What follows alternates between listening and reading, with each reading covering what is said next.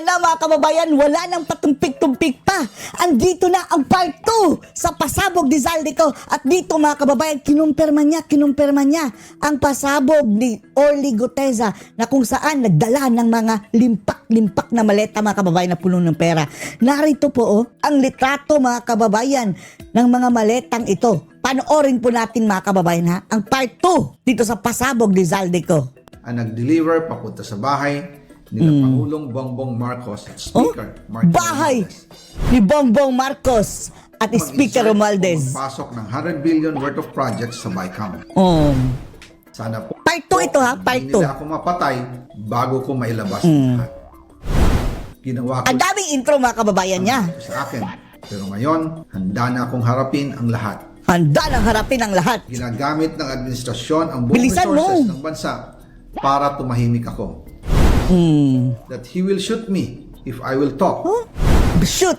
Gagamitin ako bilang panakipbutas sa kanilang kampanya laban sa korupsyon. Hindi na Panakipbutas. ako mananahimik, ilalabas ko ang lahat ng katotohanan. May resibo, may ebidensya, May resibo, may pangalan. may ebidensya at may pangalan. The part 2, narito na po. Again, I informed the Speaker and asked clearance about the instructions ng Pangulo. At ang sabi niya, wala tayong magagawa. Wala tayong Kaya po magagawa. nagtataka ako kung bakit sinasabi ni Pangulo na hindi niya makilala ang budget. Samantalang lahat na binawas at dinagdag sa mga ahensya ng gobyerno Siya ay humihingi ang ng may approval utos. sa kanya si Sec. Mina Pangandaman. Bago namin ginawa o tinapos ni Senator Chis Escudero Eto mga kababayan binasag na mga kababayan yung depensa nila. Bakit pa siya mag-i-insert daw mga kababayan? Gayon pwede naman niyang ilagay ng direkta.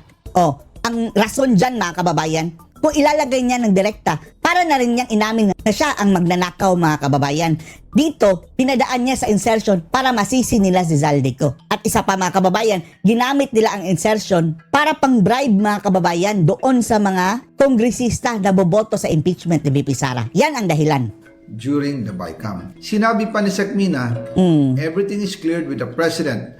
Basta importante, pasok ang pondo na request ng Pangulo. Request ng Pangulo The following day, sinabi ni Sec. Mina, approve na si Presidente BBM sa lahat na binawasan na ahensya. Masaya na ang Pangulo dahil naipasok ang gusto niyang 100 billion insertion. See mga kababayan, so pointless itong pagwala ni BBM mga kababayan, nagwala siya ngayon. Ang daming kurakutan. Siya lang naman pala ang may utos mga kababayan Wala pong perang napunta sa akin. Lahat po ng insertion napunta sa ating Pangulo at Speaker Martin Romualdez. Ayun. Kulang at ang aking mga tao, sila Paul Estrada, Mark Tiksay, at ang aking mga security ang nag-deliver papunta sa bahay nila Pangulong Bongbong Marcos. Bahay ni Pangulong Bongbong Marcos. Umami na mismo siya mga kababayan Martin Romualdez. Sa North Forbes Park, South Forbes Forbes Park, Park. hanggang South sa Forbes Malacanang. Hanggang sa Malacanang nag-deliver ng pera mga kababayan. Madaling yan mga kababayan. Patunayan dahil mayroong mga CCTV yan Yung mga deliveries po ay merong record. Ayan na ang Mga maleta. tao. Totoo po yung sinasabi ni Orly Guteza. Ang sarap ng Nag-deliver maleta. siya sa Forbes Park. Oo. Totoo din po ang sinasabi Totoo. ni Orly Guteza na nag-deliver siya sa Malacanang Ayun sa Aguado. nung siya ay nasa Senado. Ayun, Para mga kababayan. mapatunayan ang mga litrato na deliveries ay lalabas ko po together with this video. Ayan ang mga litrato mga kababayan. 1, 2, 3. Ang dami. Ang dami mga kababayan. Maleta. Totoo pala. Totoo, October, August. Ito mga kababayan. Iba't ibang araw mga kababayan Grabe Ilang araw silang nagdala ng mga maleta mga kababayan ganito karami. Puno ng pera yan mga kababayan. Mga Rimowa. Iba't ibang araw ito mga kababayan After po ng approval ng budget sa General Appropriations Act of 2025, nagtanong po ako sa DPWH kung magkano ang kailangan na ibigay sa Office of the President o ang SOP na bigayan. Ang sinagot sa akin SOP para sa presidente. ay 25%. Ang ibig sabihin nito, 25% ng 100 billion ang SOP na kailangan 100 billion. So SOP 25 billion pesos mga kababayan ang pinaghati-hatian ng mga buhaya. Bigay kay BBM mismo. Kay BBM pa lang yan, tapos mayroon pang SOP mga kababayan yung ano yan, kongresista, mga district engineers. Ilan na lang, magkano na lang mga kababayan ang maiiwan para sa proyekto? Kaya nasisira ang flood control. In total, 25 billion ang napunta kay Pangulong Bongbong Marcos. Hala, 25 billion na punta kay Bangag. Kaya ngayon ay hinahamon ko si Ombudsman Remulla kung seryoso talaga siya sa mga Siya! Si Remulla ang nagtalaga si Bangag mga kababayan. Sabi niya, Paano na yan? sa kanyang press release. Paano na yan? Dadamay niya pati si Martin Romales kung magbibigay ako ng ebidensya. Patunayan niya ngayon Oh. ang pronouncement niya. Hala. Istigahan niya ang fraternity Brad at ang kanyang kaibigan na si Speaker Martin Romualdez. Kung talagang tutupad siya sa tungkulin niya. Pati ang Pangulo. Impeachable na ito mga kababayan. Wala na Umamin na Imbestigahan din niya si Corruption na talaga mga kababayan President Bongbong Marcos. Sabi nga ni BBM nung SONA, let's do it right. At Let's do mahiya it naman right. kayo. Mahiya Hindi naman. pa. Nananawagan din po ako sa Senado na imbestigahan ang 100 billion insertion ni Wala ang sabi ni Lacson, eto si Lacson mga kababayan, alam na natin, nagtatakpan ang corruption mga kababayan. Bobo, bulok, wisit, lahat na mga basura mga kababayan ni Lacson na yan. Ang sabi ni Lacson kay Zaldico, empty words daw pinagsasabi mo. Presidente. Alam ko po na hindi gagawin ni Ombudsman Remulla ang hamon ko. Pero magaling ang Senado sa investigasyon. At ako ay Sipain na yan sila. na dahil sa kanila, Sina lalabas Lacson? ang katotohanan. Abangan ang part 3. Ikaw, Zaldico, kailan ang part 3? Kahapon ang part 1, ngayon ang part 2. Part 3. Abangan. Ano Ay, po naku. ang nakikita niyo po dito sa paglabas po nitong si Congressman Pakinggan na lang natin ito si Atty. Topacio kung ano ang mga kababayan masasabi niya dito sa paglantad na ni Zaldico. Dahil aabangan pa ang part 3 mga kababayan Ilabas mo na lahat. Dahil magrarally na kami.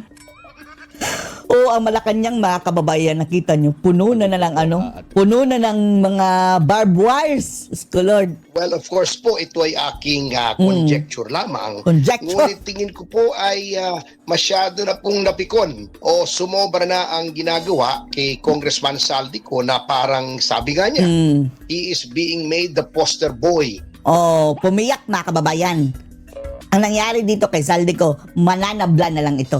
Sama-sama tayong babangag. Dahil imposible talaga mga kababayan, imposible na si Zaldico lang lahat ang nag-orchestrate nito. No, never. Dahil lahat mga kababayan kailangan ng pirma ng speaker at ng presidente. Hindi kaya yan ni Zaldico. Ano ba si Zaldico? Siya ba ang For presidente? the anti-corruption proceedings by the present administration at parang gusto siyang gawing pantakip. Pantakip. So, tingin ko po is in order to protect himself and also to expose the truth ay lumabas na po siya at sinabi niya ang kanyang nalalaman dito po sa flood control scandal na ito. Grabe. po at nakikita Bilyones mga kababayan ha. 2025 budget lang yan ha. 25 billion. Nakamal daw ni Marcos mga niyo kababayan. rin po ba na tumutugma sa mga ganap, sa mga development, sa sequences po, sa mga nangyari mula pa nung nag-umpisa itong investigasyon, yung mga narinig natin sa unang mga bahagi ng investigasyon. Unang mga bahagi ng investigasyon. Ni Senador Marcoleta, sa pinalitan na ito ni Ping Lacson, natigil I ang don't think that they investigasyon, will have that nabuksan itong capability. ICC. Lahat ng mga nabubulgar, tumutugma po ba doon sa mga nagiging pahayag po ni former Congressman Zaldico? Opo, in its general terms, kasamang ADMAR, ay Kasamang nakikita na po ADMAR. natin yung pattern sapagkat marami pong nagsasabi, and I believe this to be logical, na hindi po maaaring makatakas ang Pangulo sa responsibilidad dito. Talaga mga kababayan. Malaking pananagutan ito ni Bangag mga kababayan. Ito na mga kababayan. Alam naman natin, di ba, na kurakot talaga. Tapos ito na, mayroon ng ebidensya, mayroon ng testigo mga kababayan, maang-maangan pa rin. Common knowledge mga kababayan na kurakot talaga ang mga Marcos. Tatak Marcos, dugong Marcos mga kababayan. Ito mayroon ng testigo, mayroon ng figure, mayroon ng litrato mga kababayan, at mayroon pa mga ebidensya na nagdala ng pera. Presidente at katambaluslos. Sinasabi po sila na bakit daw i-insert yung 100 billion, yung NEP nga po ay galing sa presidente. Well, maraming reasons po dyan. Unang-una, para maitago yung insertion. Para maitago, para hindi masisi kay Bangag mga kababayan, para maisisi kay Zaldico. At isa pa, maka-escape ng liability. para pampabango mga kababayan sa mga kongresista. Yan ang habol ng mga buhaya mga kababayan, insertion, dahil dyan sila kikita. Pang-bribe nila mga kababayan doon sa mga kongresista para bumoto na ipa-impeach si VP Sara. Presidente, para sabihin niyang hindi naman ako nag-insert niyan. Pwede rin na ito ay para pagtakpan yung mga insertion sapagkat naging unconstitutional po yung insertion na naging mas malaki pa po yung budget ng DPWH kesa. At mali yung fake news yung sinabi ni Lacson mga kababayan na binito daw ni Bangag. Hindi. Pinatunayan ni Zaldico mga kababayan. Mayroon siyang mga dokumento inilabas, tingnan nyo sa Facebook page.